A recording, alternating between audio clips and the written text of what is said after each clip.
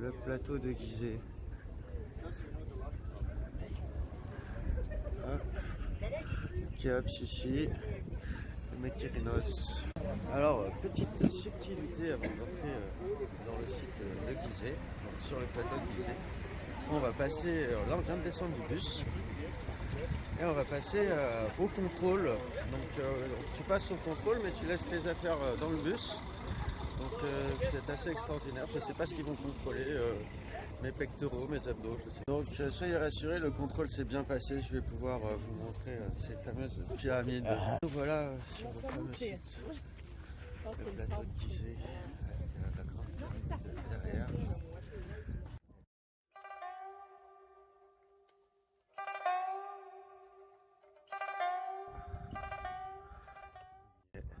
Direction les belles pyramides. Donc petite allée.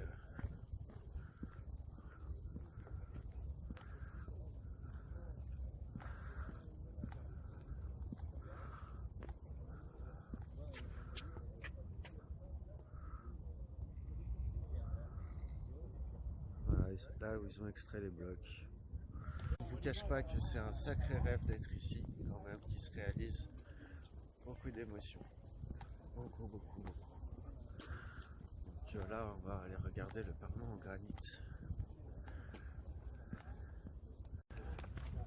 Donc ici, ils avaient commencé à faire des fouilles. Et puis ils voulaient transformer donc ce parement en granit pour le rénover, pour le restaurer. Voilà. Au pied de la pyramide. Alors, à tous ceux qui pensent que c'est les Égyptiens qui ont construit les pyramides, je dis stop, j'ai retrouvé le coupable. Ah. Voilà, le fameux coupable.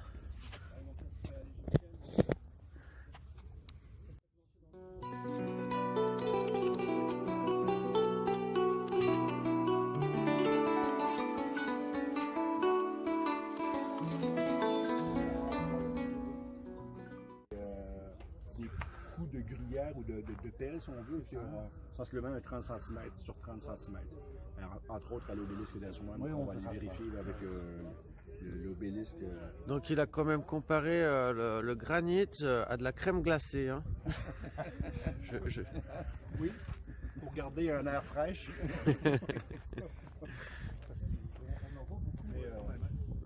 Ouais. Donc les fameuses excroissances dites soit pour le levage, soit peut-être même en fait quand il faisait passer la boule de Dolévite là. Comme ils disent. C'est quand même quelque chose de fabuleux. Ah, ça c'est sûr. Beaucoup, hein, c'est vrai, encore avec deux et même trois bossages. Les fameuses excroissances que tout le monde parle, qu'on retrouve au Pérou aussi. Du coup. C'est qu'il y a une moto. Voilà. Sacrée moto. Pour les fans de moto. Donc là c'est tout lisse. C'est rigolo, là ici c'est tout lisse. Et que là c'est.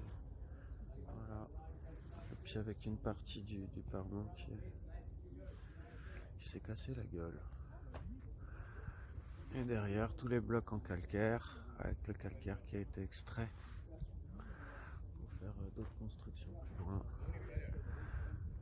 Et cette fameuse grande pyramide qui est vraiment imposante. Très imposante. Alors que voici notre ami Planète Ro avec ses explications très intéressantes. En plein travail pour sa chaîne YouTube, je pense.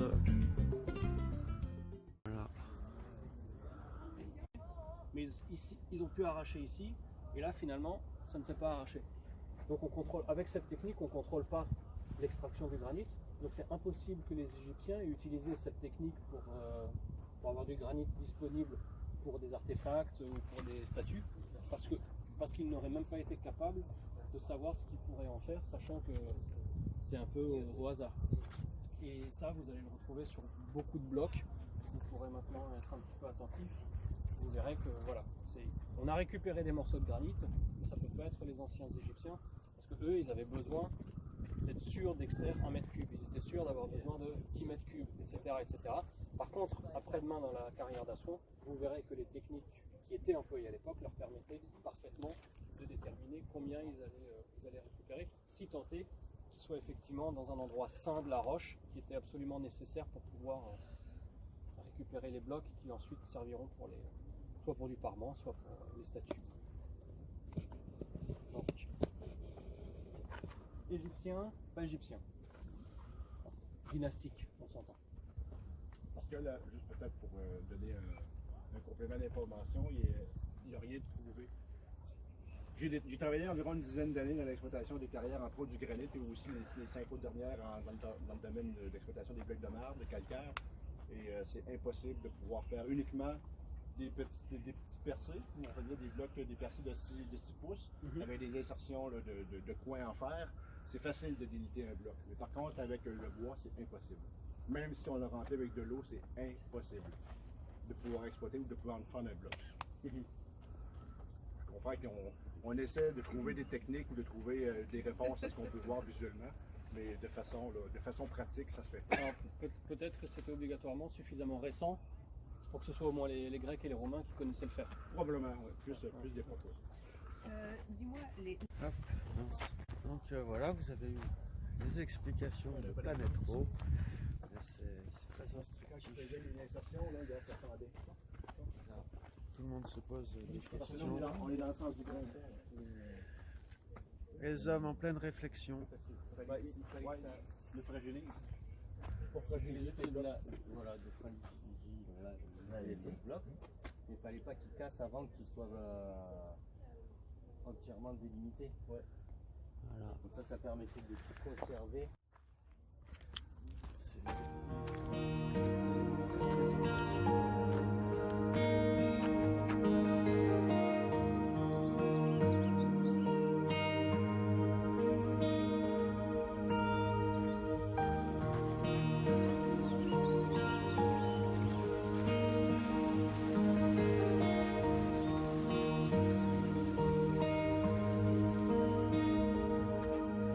We had dates, sour and rainbows, breathing fish. Getting back, birds into your home. We are late, tigers and bears, refreshing and rain. Getting back, the soft dolphin. Évidemment, l'interdiction de monter dessus. We stars with our hearts, save the animals with our love forever. Est-ce que j'ai votre autorisation de vous mettre sur Internet? Ce que tu veux, de toute façon, moi après il y a mon avocat qui va te contacter. Oui. Moi, c'est une avocate. Elle est vraiment... Bon, ça tombe bien, j'ai pas d'argent sur ma chaîne YouTube. Non, il n'y a pas de problème. Je suis non solvable. Je suis non solvable. Moi, il n'y a aucune sur Internet, j'ai aucune valeur. Oh si, tu as bien plus de valeur que tu ne le penses. Ou de coup mort, oui. Donc là, on vient de passer, tout est effondré et on retrouve à nouveau le parement. Voilà.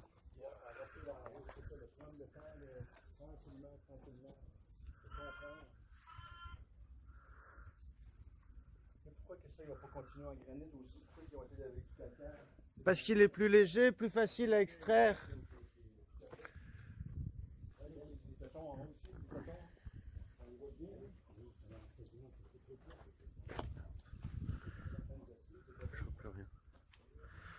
Voilà. Donc là, on rentre dans le temple accolé.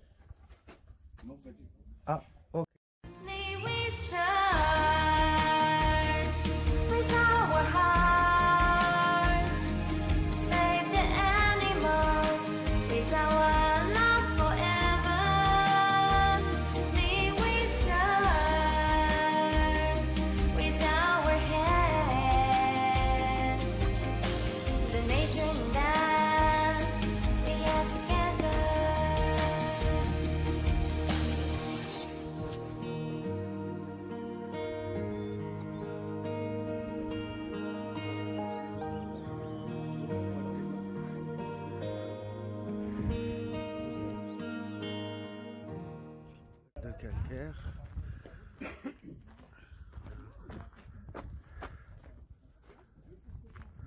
Et le Caire en face de nous. Là.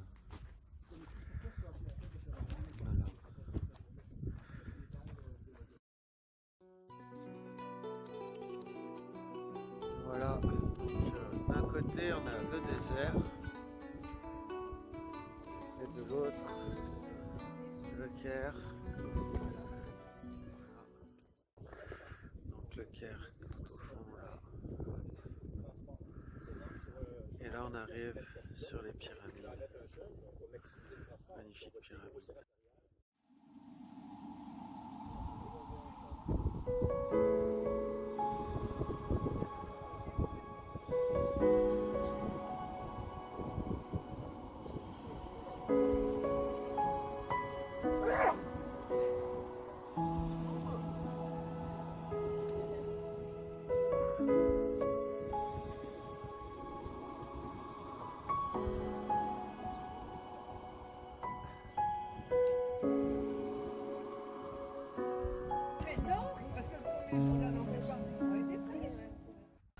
Mais vous êtes toujours fraîches les filles. Oh, il faut parler aux femmes. Oui.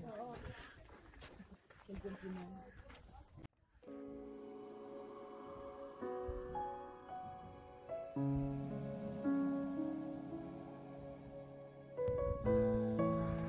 Tu peux rentrer dans le temple mais il faut pas faire de vidéo dedans. Ouais, c'est ça.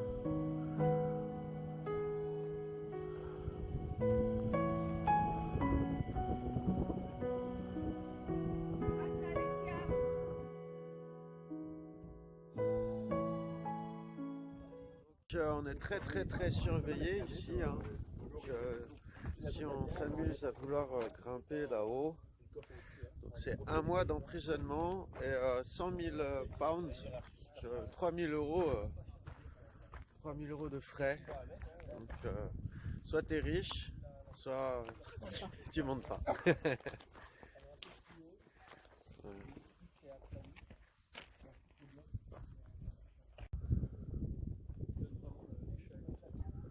Mais à côté, tu te rends compte que l'humain fait à peine l'intelligence.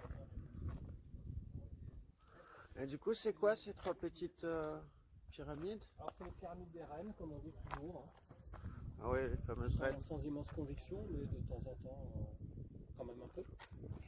Il y a une entrée. Ouais, il y a une entrée, elle est en dessous de l'énorme bloc que vous avez au milieu. De toute façon, on va marcher par là-bas, vous la verrez. Donc, ces 3 pyramides, on avait 2. Moi, j'essaye de faire le moins de gestes possible, parce que j'ai pas le droit d'être guide, machin truc, parce que je me fais emmerder.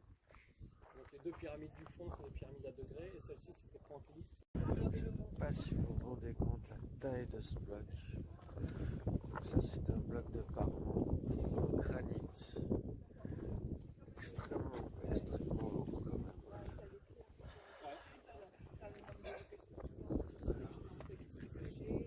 Alors, ça, je pense que c'est...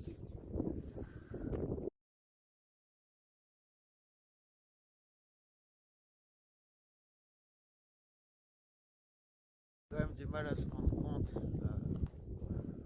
hauteur comme ça, humainement, d'un bloc. Je vais m'approcher quand même du bloc pour vous montrer.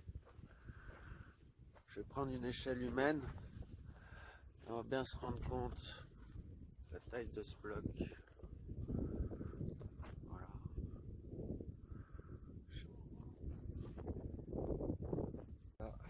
Alors qu'on s'enfonce progressivement dans le désert, les pyramides sont vraiment... Donc celles-ci sont toutes petites, mais elles en restent.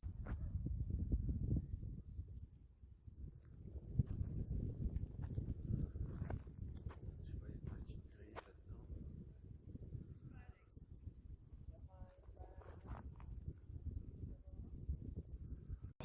Petite traversée du désert. Et là, on se rend bien compte de la beauté de tout ça.